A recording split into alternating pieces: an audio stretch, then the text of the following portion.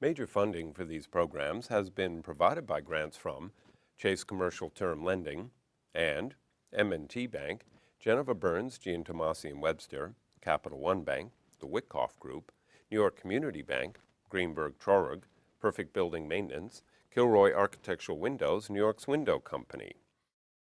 Additional funding is provided by grants from Aerial Property Advisors, AKA Hotels, Corman Communities, Bank of America, Merrill Lynch, Bank Leumi USA, Briarwood Organization, CBRE, Colliers International NYC, Cushman & Wakefield, Customers Bank, CUNY TV Foundation, DDG, Dime Savings Bank of Williamsburg, Douglaston Development, Levine Builders, First Nationwide Title Insurance Agency, Flushing Bank, Friedman, Gemini Real Estate Advisors, Herrick Feinstein, Hirsch Hospitality Trust, Investors Bank, James D. Kuhn Real Estate Institute at Syracuse University, James Orphanides, Chairman, USRealty.com, John Katsimides, Red Apple Group, Margolin Weiner and Evans, Massey Knackle Realty Services, Meridian Capital Group, New Banks, Newmark Grubb Knight Frank, People's United Bank, RBS Citizens Bank, SJP Properties, Sterling and Sterling, Stonehenge Partners, TD Bank, Terra CRG, The Continuum Company, Urban American, and these friends.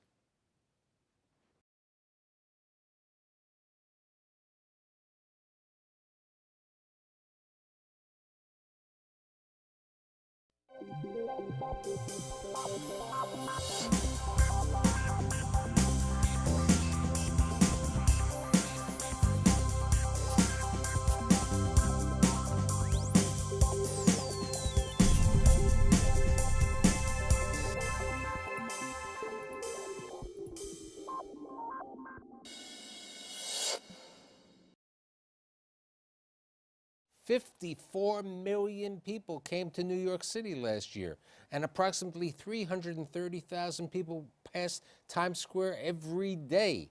There's lots of things going on in Times Square. There's office space, there's retail, there's signage, there's Broadway, there are restaurants, there are comedy clubs. So what's happening in Times Square? I brought everybody to tell us today.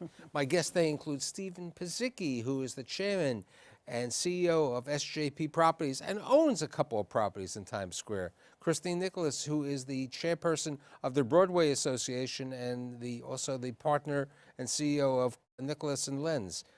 The lady who really controls comedy in the city of New York, the proprietor of Caroline's on Broadway, Caroline Hirsch, and who is also a member of the Times Square Alliance and of the comedy, New York Comedy Week, correct? And last but not least, the man who now finally is learning what Times Square is, my friend Steve Witkoff, who's been around quite a bit, who's building this edifice on Times Square. So why, after all these years in the city, how did you decide to come to Times Square? I mean, you've had other properties here. Tell me why you love Times Square. We never had an opportunity to build in Times Square. I wish we had. I wish we got in earlier, to tell you the truth. So what are you building over there? We're building Times Square's first new build retail, approximately 85,000 square feet of retail on 47th and 7th, and a 460-key Marriott Edition hotel with roughly 60,000 square feet of food, beverage, clubs, and event space. I have a question. Everybody has these rooftop bars. Are you going to have a rooftop bar on top of this? We are. Oh, really? Yeah, with outdoor space. With outdoor space. But it's going to be rooftop. But you're only allowed to have comedy if you get Caroline over. Be my pleasure. Caroline's an old friend of mine, so I feel like I've reconnected. So, so it's going to be, that would be my pleasure. So you were the king of New Jersey real estate. Then you got your passport. You were able to come into New York City. Originally, you went to Park Avenue where you built a property over there, and then you did the Platinum. So what's happening at 11 Times Square? I mean, right in the heart of Times Square on the corner of 42nd Street and 11th Avenue. You got a couple of tenants there. Tell me what's happening. So it's, we built the most technologically advanced spec building ever in Midtown Manhattan. Spec building, baby. Yeah, spec building, $1.1 million, and it's 80% leased. And we have fabulous tenants like Microsoft and Proskauer and eMarketer and number of law firms and smaller technology companies. And you got some retail coming. Retail's totally leased, so we're happy about that, and the building's worked out very well for us. So how do you decide that you wanted to be in Times Square? I mean, Cristyne, you know, over her career has been involved with New York City and Company and other situations. How do you really, why do you think that Times Square is so good because of all the great things that are happening? You know, 42nd Street becomes the major east-west corridor, and all the new buildings, if you look at Manhattan, Midtown, we don't have a lot of new buildings, which we sorely need, but they're on 42nd Street. 42nd Street, you know, certainly where we are, 12 subway lines across from the Port Authority, one stop from Penn Station, one stop from Grand Central. Transportation hub is really what's helped us land a lot of the tenants, as well as the quality and the efficiency and the technology of the building. So all those come together, and you know, it even worked in a tough time for leasing office. And also on the Platinum, when you built that, the residential condominium over there. That worked very well and came on at a similar tough time. Now, you were saying prior to the show that, you know, certain people love the idea of these plazas in Times Square, and it's really had an effect on certain type of businesses. What do you mean? Well, there's less walk-around traffic because people kind of mill around the plazas, which are below 46th Street. So a lot of the businesses above 46th Street do not see enough people walking around. And it's a fact. I mean, because we used to clock people on the street. We were very proud about how many people were going up and down the streets and how many people were crossing 50th Street and Broadway. And the numbers have dropped significantly, significantly. You feel that way, Cristyne? Well, knowing where Caroline's on Broadway is, she's absolutely right for her particular property. However, for the larger bow tie area, you know, before the plazas, it was almost becoming a safety issue where people could not walk or they could not traverse on the sidewalk, so they were taking onto the street. Now, the plaza wasn't the only thing that had to be done. You know, they were having illegal vendors, you know, the characters that are all over. There's a lot of work that still needs to be done, but by and large, I think by having the plaza, it's a little bit easier to walk in the Times Square bow tie area. But I think Caroline makes a very good point that it's not a fix-it for everybody. For my audience, what is the bow tie? What constitutes the area of the bow tie in Times Square? Well, it's really I mean, right. Stevie's right in. I mean, you know it better than anyone. And I'm right at the corner of it. Yeah. Yeah. At the end. At the end, at the northernmost So where does section. it start? Does it include Steve's area partially? No. We're west of the bow tie. No. And for office, with the transportation in 8th Avenue, you know, ability to take a walk To into be Times honest, Square. if I want to be Bryant office, I Park. want to be in your section as opposed to the bow tie, because the good part of the bow tie, it's good for retail and for a hotel and restaurants because everything is over there. Right. If you're an office tenant, you want to have a little insulation from the crowds, the massing crowds over there in this situation.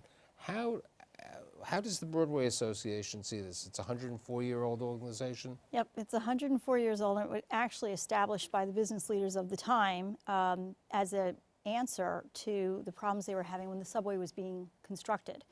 There was some shoddy work. They weren't covering the construction pits, so a few people fell in. They had some tragedies, so the business leaders at the time, many Broadway show owners, producers, but the bankers, any business that took place in Times Square, the New York Times, obviously, they created the Broadway Association. It exists today, and we are vocal. We are a private sector trade association, so we can speak out when we don't necessarily agree with what the city is doing. You know, fact in point, when the plazas were being constructed, one of the members of the Broadway Association is the Times Square Advertising Coalition. So it's all the outdoor media. You know, the reason why so many people come to Times Square to see the beautiful signs. They felt like they weren't being consulted on the construction of the plazas because the original plan was that they were going to put these huge big umbrellas which would then affect the sight lines, which would diminish the value of the signs. So through the Broadway Association, they met with the city officials and they tweaked the plan to make sure that you could also get the trucks in. You have to change these signs as well. I mean, not all of them are digital. Some are still, You know, why don't we, I mean, one of the interesting situations about Times Square is the signs. You know, and especially since they've gone digital, you know, because at one time you had many of the signs which were painted, you know, they had to be posted over there. The signage business is huge in Times Square. I mean, it's probably the biggest signage in the city of New York. Well, another part of, you know, when the plazas went in, we also, you know, we lost the Thanksgiving Day Parade.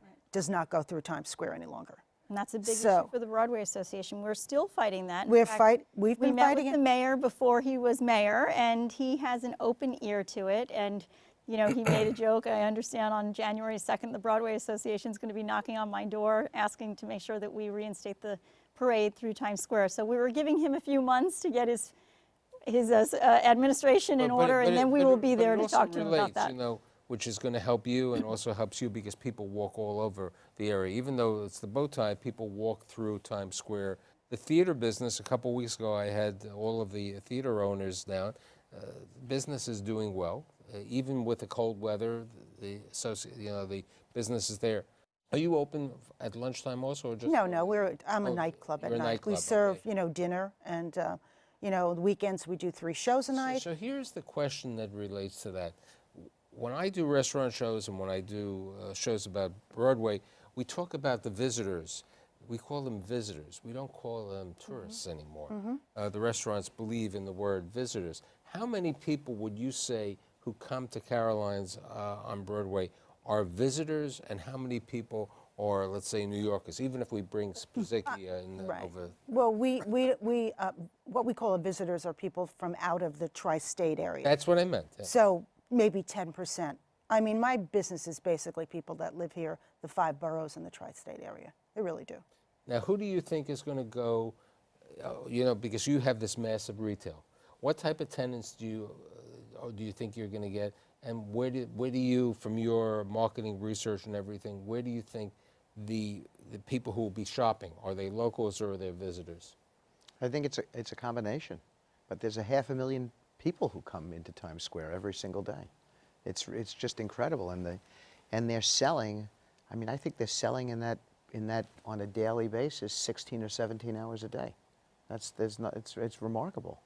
I remember when I was first diligencing this deal before we bought it, I actually I went to sleep at around 8 that night, my normal time, and woke up at 12 and walked down from my apartment. You still have the warm milk at night too? I do, and a cookie, and the double Oreo cookies, Mike, but double stuff. But I actually walked to Forever 21 at 12:15 at night. It was rocking. It was the most incredible thing at 12:15 at night. They're moving merchandise like you can't believe. Well, you know, being on the Times Square bid board for I don't know, close to 20 years now, what we always needed was retail there. Right. And that's what we need, because we have a lot of office workers there, and they go out and shop.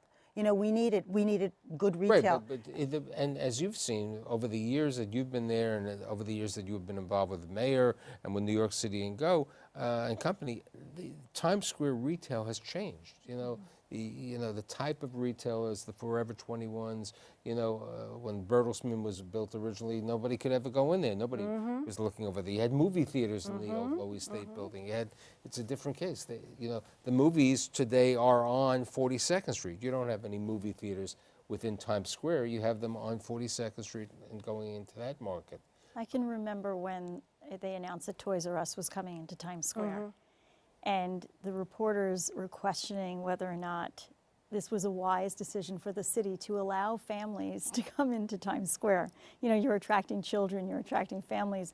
You know, is there a problem here? You know, they said the same thing to the Marriotts when the Marriotts were building their hotel. Well, and Disney. Remember when Disney was building the Lion King, the New Amsterdam Theater? I moved there in 1992. I signed a lease in 1990 with the Solomons when they built 757th Avenue and 1585 Broadway. Now, that was a terrible time. I mean, they lost the 2 buildings at that time, and then it was taken over by Citibank. I was the only tenant in this bankrupt building. I'm sitting there in 1992 with scaffolding all over, wondering what's going to go on. But I just had this great feeling about what Times Square was going to be. So that's why I decided to move there. You know, Steve made the point, you know, the hours that you have people on the streets, the crowds, almost any retailer needs that traffic and needs that length of traffic to be successful. And I think that's why you see whatever type, whether it's clothing, restaurants, Times Square seems to do well for them because of the amount of hours that you have traffic. I think what's really interesting, especially, which is a testament to 11 Times Square, is the fact that Microsoft, who, you know, for them to come to Times Square, it was a change, okay? Google coming to 111 8th Avenue, they needed a massive building. They needed X number of square footage, and as you said before, they even want more space. But Microsoft, they had a lot of choices. They could have been in tech areas. They could have been in different markets, but they felt that Times Square, because of the trains and other things, you know, at one time, who would believe that tech companies would be coming to Times Square? eMarketer and that. Microsoft originally thought that the location was a tourist location, and they didn't want to be in a tourist location. And as they did further due diligence, they realized that, wow, this is really a transportation hub. You know, you have the 3 major transportation hubs, you have 12 subway lines. You know, this is, and Microsoft space is not just office space. They have 500 guests a day from around the world visiting. So it's a greeting center for them in a lot of ways. And I think they enjoy that because not only did they see the transportation nature of the location, but they see everything going on the west side and the neighborhoods that have gotten so strong on the west side and have an easy access to 11 Times Square, whether it's Tribeca or the Upper West Side.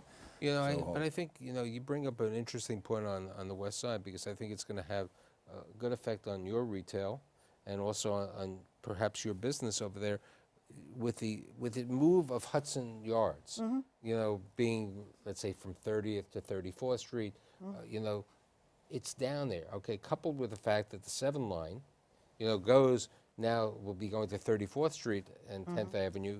That situation, it's really going to help the situation, and people, they don't have enough restaurants to speak of in the Hudson Yards, even for the planned. I mean, a number of years from now, we're related or have whatever with Danny Meyer and so on, but it's going to take any time. Do you think you're going to have any restaurants in your complex? Well, we're going to have 50 some odd thousand feet of restaurant, event space, clubs, and so forth. So with an outdoor, with Now, a full outdoor club. Now, is that going to be separate from the hotel? No, or- it's connected to the hotel, but there's going to be a huge outdoor space, maybe 7,000 feet, 9 floors up. The building goes up 40 stories, but 9 floors up, so you can engage with the public down below, which is you know, pretty special. So you're going to have the rooftop bar that I alluded to before is going to be on the 9th floor as opposed to the 47th floor? Right. And what you haven't addressed is what the occupancies look like in every hotel in Times Square. And they're all old hotels. Doubletree, Marriott across the street, they're 98%. Show me a hotel submarket on the planet Earth that runs at 98%.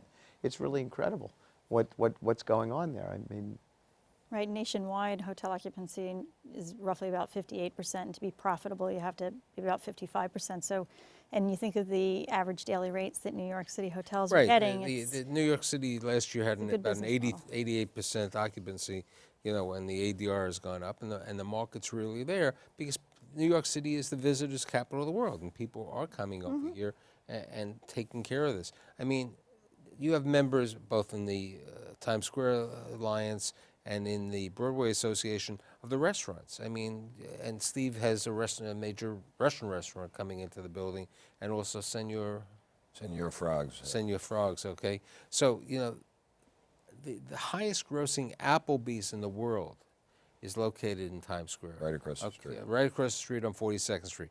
The second highest grossing Applebee's in the world is also located in Times Square on 49th Street, where Lundy's originally opened up.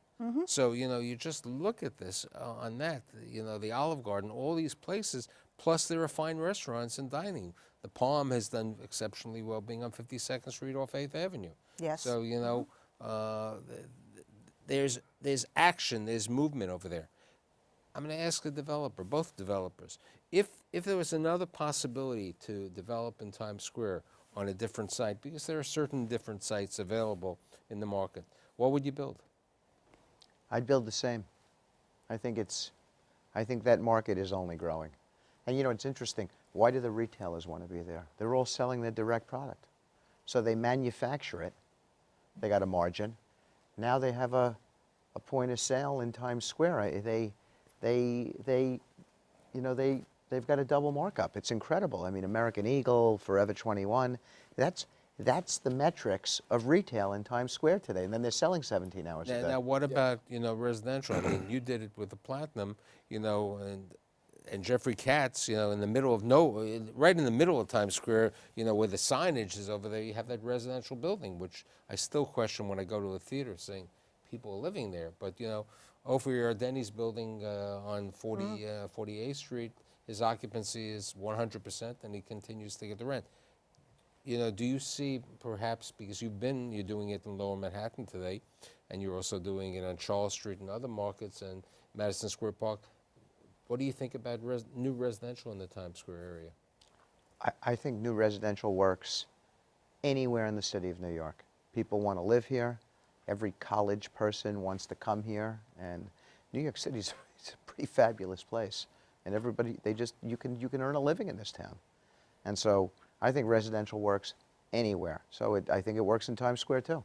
What about clubs? A number of years ago, about 2 years ago, I had Lloyd Price, the legendary Lloyd Price, on my show, and he told me a story that he opened up a nightclub.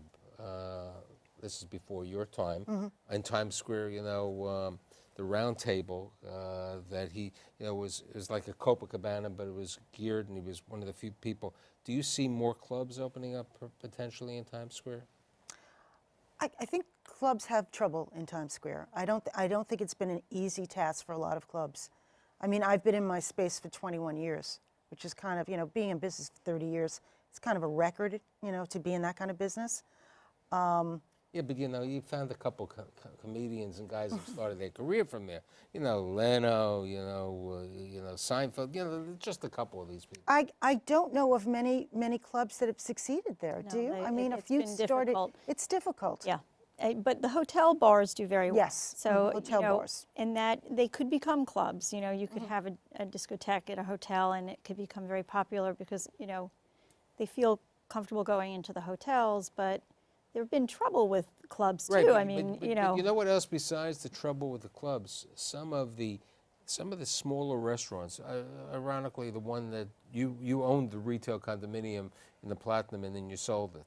Okay. And the guys who went in there, they put a restaurant in, and it's vacant right now. So the restaurants in Times Square, even though you have a lot of visitors, they want a certain quality of food, and I think, They want what they're familiar with. right. That's why Applebee's does well. That's why Applebee's does well. They want what they're familiar Red with. Lobster. Red Lobster does. You may say, New York City is the greatest city in the world, but when you have that many tourists coming into the Times Square area, they want what they're familiar with. It's funny that way. Yeah. They come to New York for the excitement. And they'll go to a place that they know the name, like Guy Fieri, who, the restaurant, huge restaurant, right on 44th. I mean, that's where you next went to bowling, Sardi's, right? near the bowling alley. He's still getting a crowd in there. But you bring up an interesting situation. The New York Times building, when it was acquired by African Israel, and you had looked at the property, no one was going in there. Now I took my grandkids a couple of months ago. They had the Discovery exhibit, the Lego exhibit, which was fantastic. Okay, and then you have Steve Bowling over there. You remember bowling in New Jersey, okay? So, you have the bowling, and then you have, as you say, the third-class restaurant, because the reviews of Guy Fieri's restaurant wasn't there. Daffy's closed, so, I can't go shopping for clothing. But, but look what's going on over there. And, buildings are doing well. Even the office space in Times Square is, your space is Class A. But most of the office buildings in Times Square, even if we take the buildings that were built, the Bertelsmann or the Solomon building going on, they're 25 years old. They're older buildings. That's why Proskauer could have stayed in their building, and they made a decision to come to you, right? Well, the benefits to the new buildings, the air quality, the light, floor-to-ceiling glass, it's for productivity, it's tremendous, and I think that's what Proskauer saw. and made that difference. But if you look at Times Square, it's a massive redevelopment and incredibly successful. And it's still evolving. So we're seeing clothing come into Times Square, apparel. We're seeing all types of retail uses working. The residential works, obviously the hotels are great. It's very rare that in a redevelopment of that size, all the mixed uses are successful. Right, and you know, Steve, how many rooms is the addition going to be?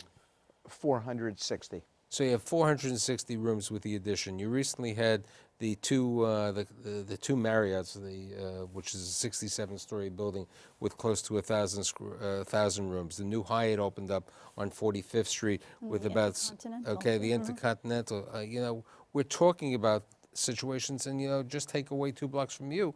You know, on 8th Avenue, the Shake Shack, there's a crowd every minute around there from morning to night over there. So the situation that people want to be there, be it people who live and reside in New York, as well as the 54 million visitors over there. Now, you're also involved with, you were appointed from Governor Cuomo for the tourism. Right. What type of programs are you trying to work with regard to Times Square in that market? We're trying to get the folks from Times Square to go upstate. So we're a little bit of a different hat. Okay, we'll put that on a separate show. No. Well, there's a lot to go around, and But you know what? But you bring up something very interesting, and you know, it's Governor Cuomo hasn't said it right now, but Aqueduct has done rather well as is probably the highest grossing racino in the country or in the world today.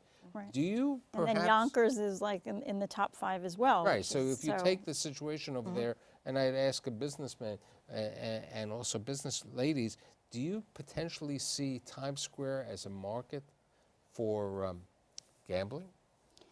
I don't think they'll have gambling in Times Square.